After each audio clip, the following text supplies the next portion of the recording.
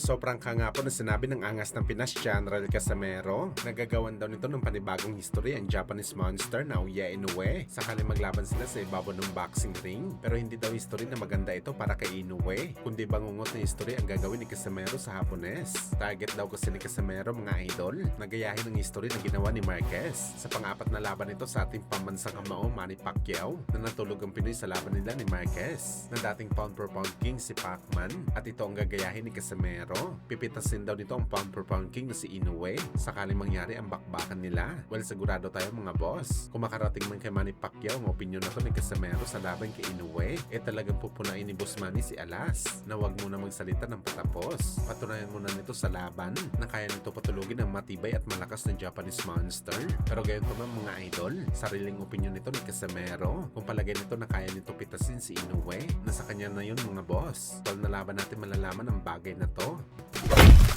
Samantala marami nga po ang rumors na galing sa mga Japanese boxing experts na ang dahilan daw kung bakit nanalo si Cuadro Alas Casimero kay Luis Neri dahil daw kina Naoya Inoue. Ang Japanese monster daw nagbigay ng pagkakataon kay Casimero para manalo sa laban kay Neri. Winasak na daw kasi ni Inoue si Luis Neri sa bakbakan nila at talata daw umpisa noon mga boss. Hindi na daw kagaya si Luis Neri, nawala na daw ang bagsik nito matapos ito manakaut ni Inoue. Kumbaga hindi na impresibo si Luis Neri na lumaban kay Casimero sa rason na kinuha na daw ni Inoue ang bangis sa katauhan ni Neri. Kaya tiyanta ng mga boxing experts, hindi na daw talaga threat si Casimero kay Inoue sa bakbakan dahil walang bilang naman daw ang panalo nito kay Luis Neri. Well, kanya-kanya naman tayo ng opinion mga boss, pero hanggat hindi talaga napapatunayan ni Inoue ang kanyang sarili sa laban kay Cuadro Alas, marami pa rin talaga maniniwala mga boss sa mga sinasabi ni Casimero na takot sa kanya lumaban si Inoue. Ang paraan lang talaga mga idol para mapatunayan ni Inoue na isang pulpul si Casimero sa bakbakan ay durugin niya ito ng personal sa ibabaw ng boxing ring. Pero hanggat hindi ito nangyayari mga boss,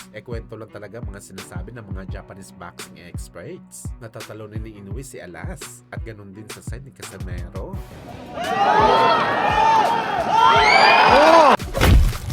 Kabilang banda naman mga idol, Ryan Garcia, formal na sinabi na isa daw sa mga dahilan kung bakit nagsisinungaling si Devin Haney na gusto nito lumaban sa rematch kay Bagito, pero ayaw naman ito kumasa sa laban dahil siya daw ang boxer mga boss na nagpalabas ng jab rock sa shirt ni Devin Haney matapos niya ito matamaan ng left hook sa muka, at ayaw na daw talaga ni Haney na maulit ang bagay na to na mangyari, kaya hindi na daw ito makikipag-rematch kay Bagito. Grabe talaga mga idol, napakasolid talaga ang banat na yun ni Ryan Garcia.